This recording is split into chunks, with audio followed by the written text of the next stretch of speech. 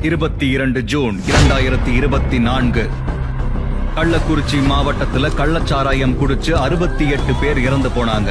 இந்த சம்பவத்துல கள்ளச்சாராய விற்பனையில் ஈடுபட்ட முக்கிய குற்றவாளி திமுகவை சேர்ந்த ஒரு நபர்தான் அப்படிங்கிற தகவலும் இருக்கு. சில உயிரிழப்புகளோட நின்றிருக்க வேண்டிய இறப்பு பல மடங்கு அதிகரிச்சதுக்கு காரணம் திமுக அரசுடைய மெத்தன போக்கும் ஒளிவு மறைவான அணுகுமுறையும் தான்.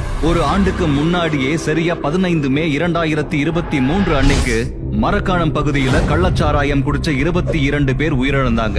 தமிழகம் முழுக்க அது மிகப்பெரிய அதிர்வலையை ஏற்படுத்துச்சு.